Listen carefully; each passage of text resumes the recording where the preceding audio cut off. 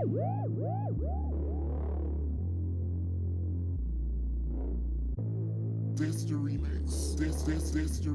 Christelle Oyiri, and I'm a multidisciplinary artist from Paris, France. I love me some dub delay because I'm some late bloomer. It's called techno-opera because it has element of like lyricism and heroism as well, and it has several acts, which I feel like is like really characteristic of like opera. It has like um also like shift and surprises, and I feel like it's real characteristic of what an opera is supposed to be. It's also techno. Yes, it's also techno because it pays homage to like the roots of techno in like a very subtle way, like not in a documentary style way, but it has a lot of like hints to like the history and the roots of techno.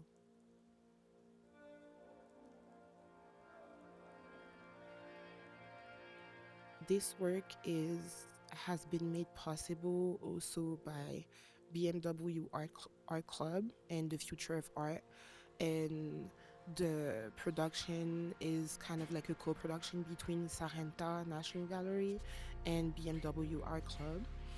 And basically we try to put emphasis on like developing like a new technology that is sensory based, but also there's like the CNC milled technology that is used like to make the sculptures.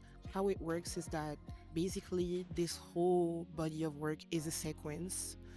There's the first act, which is every single sculptures represent a state of mind and a state of being, and every single one of these sculptures have their own sound and have a camera and a sensor like actually like plugged into them, and each of the sculptures have their own story, their own sound, and their own light. So each of them kind of like lit up like one after the other. That's the first act. The second act is the video.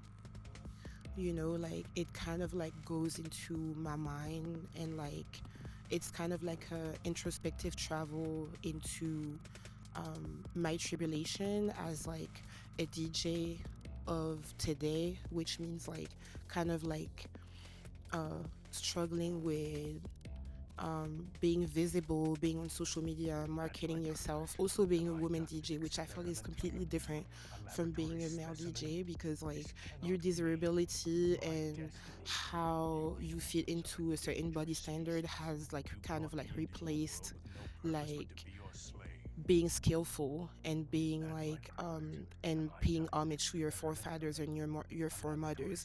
So the movie is kind of like playing with the tension between these two things, like like the mystery and the secrecy of like techno and house back in the day, and how it became kind of like based on like appearances, like nowadays. So that's the act 2. Then there's the act 3, where like it's more of like a light show. It's a combination of like all the feelings and the sentiments, and it's like extremely like sensory, and that's really when like the visitor can actually like activate and actually takes part in the exhibition. Like it became, or she becomes, sorry, like also a protagonist of the exhibition, because that's when the sensors actually come into play, so the visitor can like shift like the sound of the last act by like displacing himself in front of the sculpture. It can add like reverb, delay, and like all types of like different modifications and stuff. So it kind of become like this mysterious dance floor where the dancer is actually like the main protagonist and not the DJ anymore.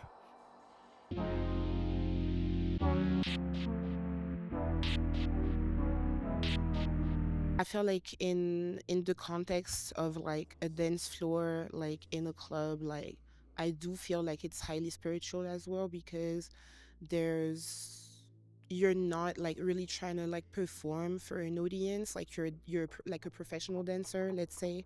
You're really into your own mind, and you kind of like can let go of like the perception of people. You also have the luxury of being in the dark, so there's less pressure of how you can be perceived, and I feel like because of all of these reasons, like it makes it also super introspective and spiritual. I think that when people hear about club culture, they often have like misconceptions, like they think about like all the excess of this lifestyle, but they don't necessarily think about the spirituality that is linked to it as well.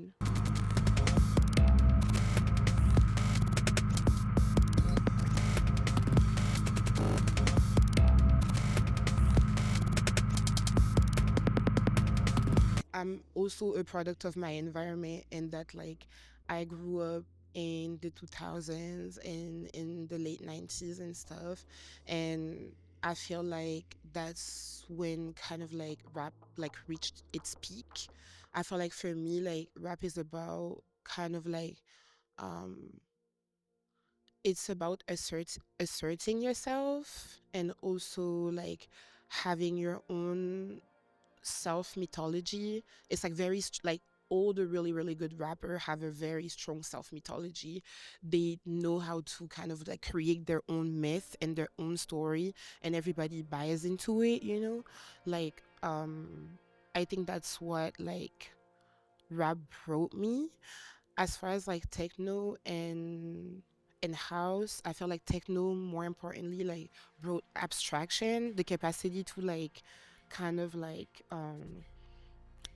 deviate from like embodying a story, and have somebody embodying a story and kind of like being overly focused on the person, but like techno brought more abstraction, like you actually get into the sound, and because the sound more often than not don't have lyrics, it kind of like opened this new pathway, this new poetic pathway. And I felt like techno brought me like the capacity to like think about sound in an abstract way and in a poetic way simultaneously, you know. Caribbean music, it's like that's where it reminds me of my family, of my lineage, and it's a way of like like connecting with my mother's side, and I'm very proud of my heritage.